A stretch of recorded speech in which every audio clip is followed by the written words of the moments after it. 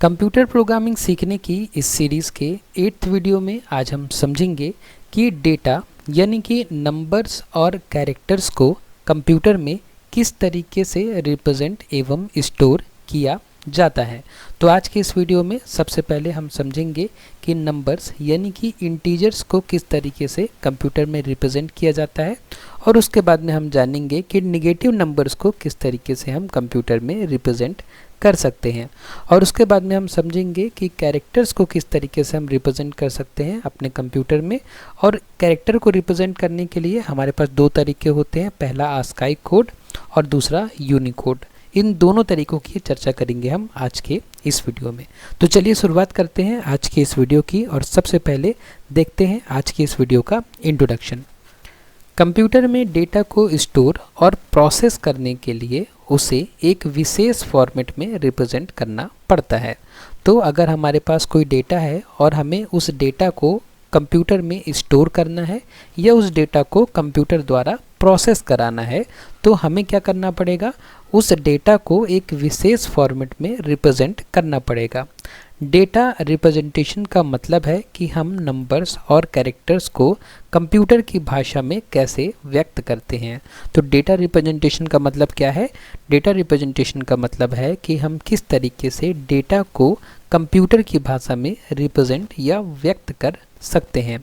Computer केवल binary को समझता है। बाइनरी मतलब कि 0 और 1, मतलब बाइनरी मतलब कि दो ही सिंबल समझता है कंप्यूटर, 0 और 1 को। इसलिए सभी डेटा को बाइनरी फॉर्म में बदलना ज़रूरी होता है। तो इसीलिए हमें जो भी डेटा कंप्यूटर में स्टोर करना है या कंप्यूटर से प्रोसेस कराना है, उसे पहले हमें बाइनरी फॉर्म में बदलना पड़ेगा। तो चलिए सबसे पहले देखते हैं कि हम इंटीजर्स को किस तरीके से बाइनरी में बदल सकते हैं और कंप्यूटर में स्टोर कर सकते हैं और प्रोसेसिंग कर सकते हैं इंटीजर डेटा पे। कंप्यूटर में नंबर्स को इंटीजर के रूप में रिप्रेजेंट किया जाता है। तो हम जो नंबर्स होते हैं कंप्यूटर में उनको इंटीजर के फॉर्म में रिप्रेजेंट करते हैं। इंटीजर पूर्ण संख्याएं होती हैं जिनमें कोई दशमलव भाग नहीं होता। एग्जाम्पल के लिए 5 - 10 0। इन्हें बाइनरी फॉर्म में स्टोर किया जाता है। तो जब भी हमें कोई इंटीजर या कोई नंबर स्टोर करना होता है तो हम उसको कंप्यूटर में इंटीजर फॉर्म में स्टोर करते हैं। और इंटीजर कौन कौन से होते हैं? इंटीजर ऐसे नंबर जिनमें दशमलव वाला भाग नहीं होता, जैसे 5 - 10 0, ये सब। ठीक है, तो अब देखते हैं कि हम इंटीजर को किस तरीके से रिप्रेजेंट करते हैं कंप्यूटर में। इंटीजर को कंप्यूटर में बाइनरी में कन्वर्ट करके स्टोर किया जाता है। तो जब हमें इंटीजर को स्टोर करना होता है कंप्यूटर में, तो तब हम क्या करते हैं, पहले इंटीजर को बाइनरी में कन्वर्ट करते हैं। एग्जाम्पल के लिए मान लीजिए कि हमें एक संख्या है 10 को बाइनरी में बदलना है। तो अगर 10 को हम बाइनरी में बदलेंगे, ये 10 जो है हमारा किस में है, डेसिमल में है, इसको हमें बदलना है किस में, बाइनरी में। तो 10 को बाइनरी में बदलने के लिए ये प्रोसेस नीचे लिखी भी गई है, लेकिन मैं आपको बता देता हूँ करके। अगर मान लीजिए कि हमारे पास एक इंटीजर संख्या 10 है, इसको हमें कंप्यूटर में रिप्रेजेंट करना है कि कंप्यूटर में ये 10 किस तरीके से दिखेगा। तो हम क्या करेंगे, इस 10 को 2 से डिवाइड करेंगे। 2 × 5 = 10 होगा। ठीक है, रिमाइंडर क्या बचा, शेषफल 0 बचा, तो शेषफल हम राइट साइड में लिख देंगे।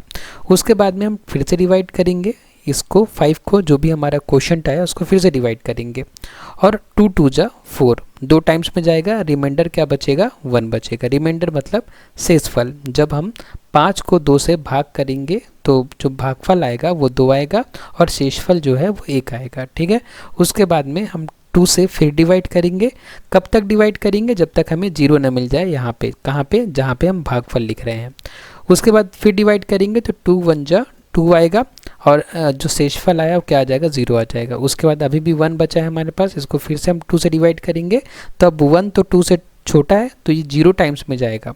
ठीक है, 1 2 से छोटा है। अगर 1 को आपको 2 से डिवाइड करना पड़े, तो अब ये 1 तो छोटा है, तो आप क्या कर सकते हैं, आप कर सकते हैं कि 2 × 0 = 0। ठीक है, और शेषफल आपका क्या बचेगा, 1। तो आपका जो भागफल आया वो क्या है, 0, तो आपने यहाँ लिख दिया, शेषफल आपने यहाँ लिख दिया। ठीक है, अब यहाँ पे 0 आ गया है ना, यहाँ पे जहाँ पे हम भागफल लिख रहे थे। तो अब आपको आगे इसको सॉल्व करने की ज़रूरत नहीं है, अब आंसर लिख सकते हैं। आंसर क्या होगा, ये जो रिमाइंडर्स हैं इनको हम नीचे से ऊपर लिख देंगे। ठीक है, मतलब 1 0 1 0। ठीक है, 1 0 1 0 ओके, तो इस तरीके से हम किसी भी इंटीजर को बाइनरी में बदल सकते हैं। यहाँ पे वो प्रोसेस लिखी हुई है, आप एग्ज़ाम में इस तरीके से लिख सकते हैं या तो चाहे तो इस तरीके से भी बना सकते हैं। उसके बाद अब हम समझते हैं कि हम नेगेटिव नंबर्स को किस तरीके से कंप्यूटर में स्टोर कर सकते हैं या किस तरीके से रिप्रेजेंट कर सकते हैं नेगेटिव नंबर को कंप्यूटर में।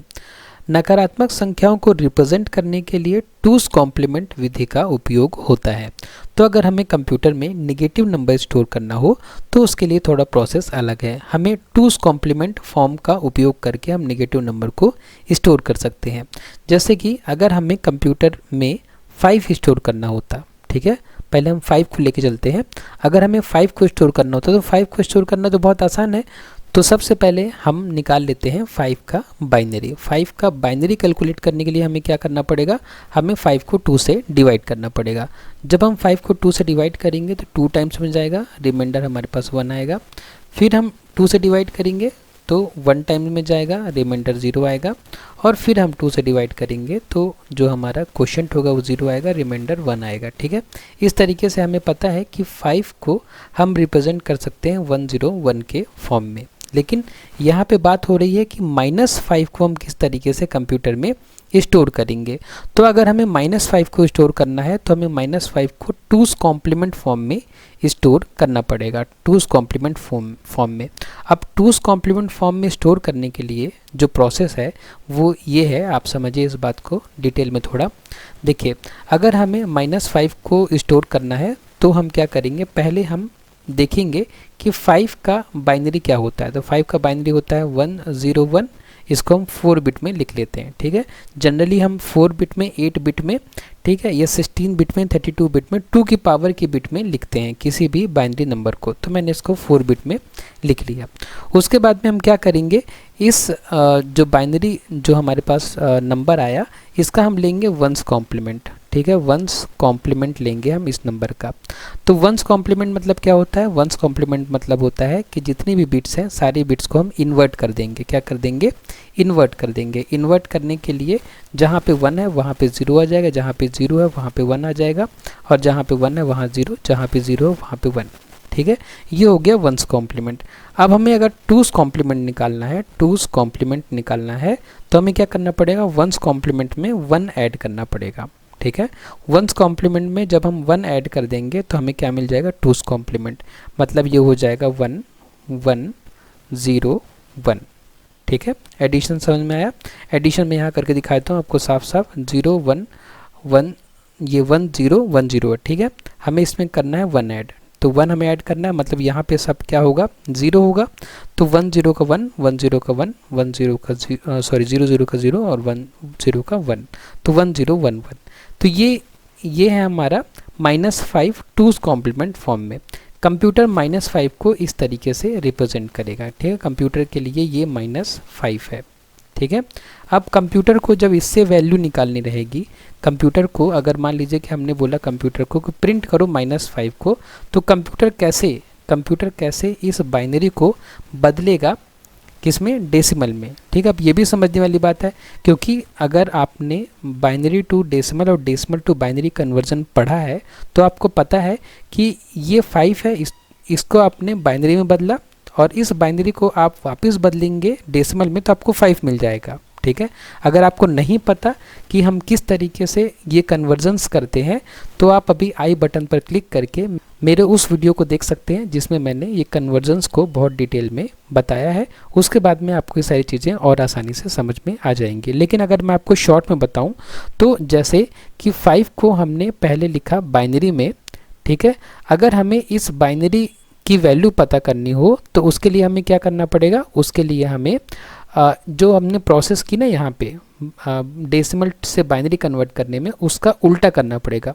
उसका उल्टा क्या होगा कि अभी हमने डिवाइड किया, अब हमें क्या करना पड़ेगा, मल्टीप्लाई कैसे करेंगे हम, मल्टीप्लाई करने के लिए जैसे हमारे पास ये 1 0 1 है तो हम सबसे पहले जो हमारा LSB में 1 है उसको लेंगे और उसे मल्टीप्लाई करेंगे 2 की पावर 0 का, ठीक है।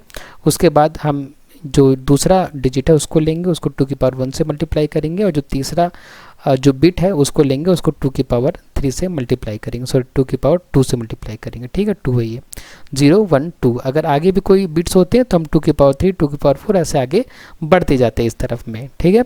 लेकिन अभी इतना ही है तो हम कैलकुलेट कर लेते हैं। 2 की पावर 0 क्या होगा, 1 हो जाएगा। किसी भी संख्या की पावर 0 हमेशा 1 होती है, ठीक है। इस बात को आप ध्यान रखिएगा। तो ये क्या हो जाएगा, ये 1 हो जाएगा और प्लस ये 0 हो जाएगा, 0 से मल्टीप्लाई होगा तो उसके बाद में 2 की पावर 2 क्या हो जाएगा, 4 हो जाएगा, ठीक है।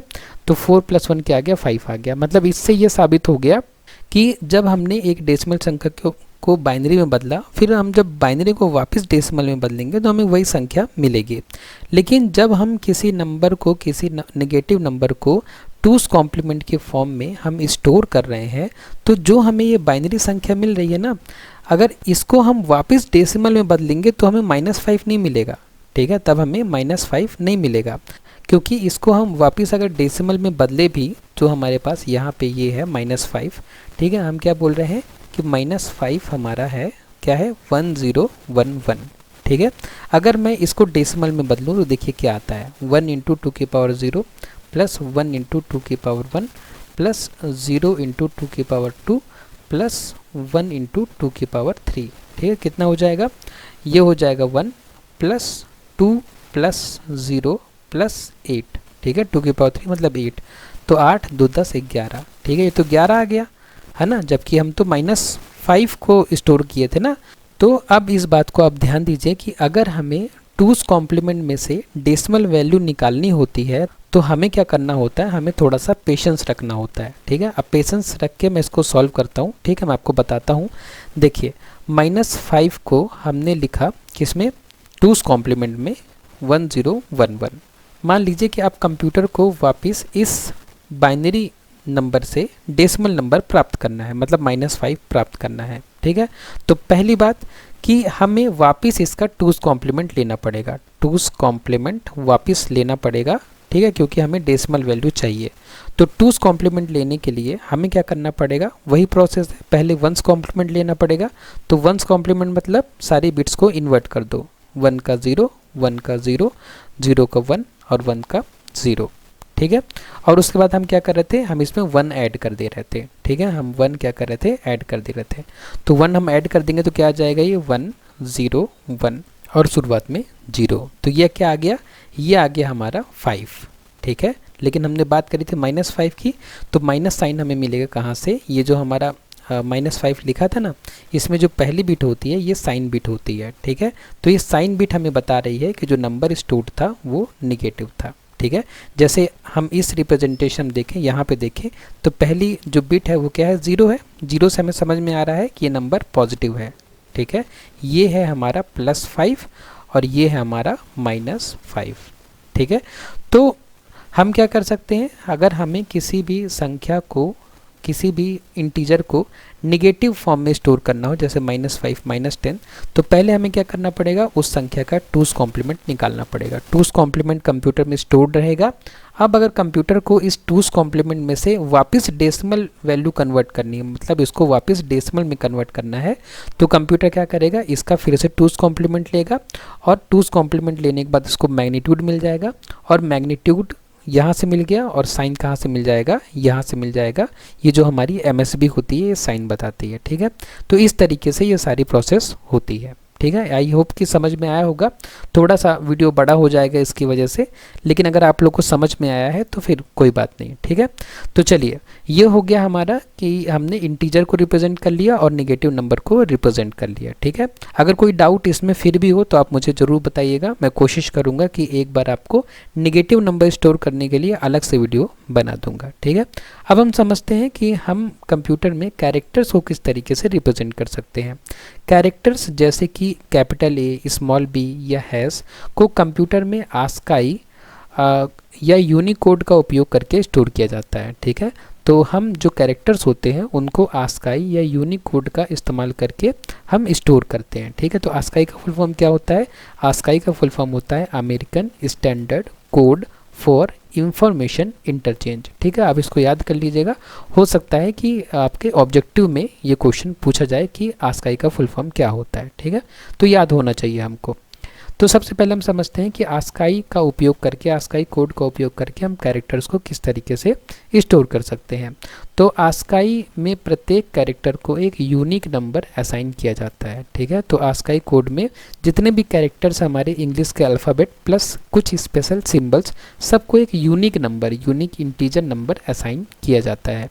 जैसे कि कैपिटल ए को आस्काई कोड असाइन किया गया 65, ठीक है। 65 क्या है, एक इंटीजर है, और इंटीजर को तो हम बाइनरी में बदलना जानते ही हैं, ठीक है। अभी हमने ऊपर यही पढ़ा था ना कि इंटीजर को हम किस तरीके से बाइनरी में बदल सकते हैं। तो आस्काई कोड का उपयोग करके क्या किया जाता है कि जितने भी हमारे कीबोर्ड में अल्फ़ाबेट होते हैं, ठीक है, और स्पेशल कैरेक्टर्स होते हैं, उन सब के लिए एक आस्काई कोड असाइन कर दिया गया है। और जब भी हमें कैपिटल ए स्टोर करना होगा तो हम 65 का बाइनरी जो होता है उस फॉर्म में हम कैपिटल ए को स्टोर कर सकते हैं। वैसे ही स्मॉल ए के लिए जो आस्काई कोड है वो 97 है, और हैश के लिए जो आस्काई कोड है वो 35 है, ठीक है। आप इंटरनेट पर आस्काई कोड लिखकर आप सारे जितने भी कैरेक्टर्स होते हैं सबका आस्काई कोड देख सकते हैं, ठीक है, सबका आस्काई कोड सर्च कर सकते हैं। उसके बाद में कैरेक्टर्स को रिप्रेजेंट करने के लिए, कैरेक्टर को स्टोर करने के लिए जो दूसरा तरीका है वो है यूनिकोड। आस्काई केवल 128 कैरेक्टर्स को सपोर्ट करता है, जो अंग्रेजी और कुछ सिंबल्स के लिए पर्याप्त हैं, ठीक है। तो आस्काई में प्रॉब्लम क्या है, आस्काई में प्रॉब्लम ये है कि इसमें टोटल 128 कैरेक्टर्स को ही सपोर्ट करता है, जिसमें कुछ इंग्लिश के अल्फ़ाबेट आ जाएंगे या सारे इंग्लिश के अल्फ़ाबेट आ जाएंगे और कुछ स्पेशल सिंबल्स आ जाएंगे। लेकिन हिंदी, चाइनीज़ या अन्य भाषाओं के लिए यूनिकोड का उपयोग होता है। लेकिन अब क्या हो रहा है, अब हमें हिंदी में भी स्टोर करना है, हमें हिंदी में प्रोग्राम लिखना है, हमें किसी और लैंग्वेज में प्रोग्राम लिखना है, तो उसके लिए आस्काई कोड जो है वो सफिशिएंट नहीं है। यूनिकोड में लाखों कैरेक्टर्स को सपोर्ट किया जाता है, तो यूनिकोड में हम दुनिया की किसी भी भाषा में प्रोग्राम लिख सकते हैं। एग्जाम्पल के लिए हिंदी अक्षर का जो का है उसके लिए यूनिकोड आप देख सकते हैं ये है। और इसी तरीके से यूनिकोड कैरेक्टर्स को सी में स्टोर करने के लिए, अगर हमें सी प्रोग्राम में यूनिकोड कैरेक्टर्स स्टोर करना है, तब हमें जो डेटा टाइप होगा उसको wchar अंडरस्कोर टी टाइप का बनाना पड़ेगा, और wchar.h नाम की हेडर जो फाइल है उसको इंक्लूड करना पड़ेगा, ठीक है। जब हम इस फाइल को इंक्लूड करेंगे और जो वेरिएबल्स होंगे उसको इस टाइप का बनाएंगे, तब हम ये यूनिकोड कैरेक्टर्स का उपयोग कर पाएंगे, ठीक है। तो इसके बाद कुछ प्रैक्टिकल टिप्स हैं जो कि आपको जाननी चाहिए। इंटीजर चुनते समय डेटा का आकार पर ध्यान दें, छोटे नंबर्स के लिए इंट का उपयोग करें, ठीक है। तो जब भी आप वेरिएबल बनाएं तो ध्यान दें कि इस वेरिएबल में कितनी बड़ी वैल्यू हमें स्टोर करनी है, और उसी हिसाब से उस वेरिएबल का डेटा टाइप आप सेलेक्ट करें। आस्काई का उपयोग सामान्य अंग्रेजी कैरेक्टर्स के लिए करें। अगर आपके प्रोग्राम में सामान्य अंग्रेजी के कैरेक्टर्स उपयोग होने वाले हैं तब आप आस्काई कोड का उपयोग करें, और यूनिकोड का उपयोग हिंदी या अन्य भाषाओं के लिए आप कर सकते हैं। प्रोग्राम लिखते समय हमेशा डेटा टाइप को सही चुनें ताकि मेमोरी का सही उपयोग हो सके, ठीक है। तो आज के इस वीडियो में बस इतना ही। अगर आपको ये नोट्स चाहिए तो आप डिस्क्रिप्शन बॉक्स में जाकर लिंक दी हुई है, उस लिंक से इस नोट को डाउनलोड कर सकते हैं और खुद से भी पढ़ सकते हैं। तो अगर आपको वीडियो यूज़फुल लगा तो वीडियो को लाइक करें, शेयर करें अपने फ्रेंड्स के साथ में, और सब्सक्राइब करें चैनल को। आपने वीडियो को लास्ट तक देखा उसके लिए बहुत बहुत धन्यवाद।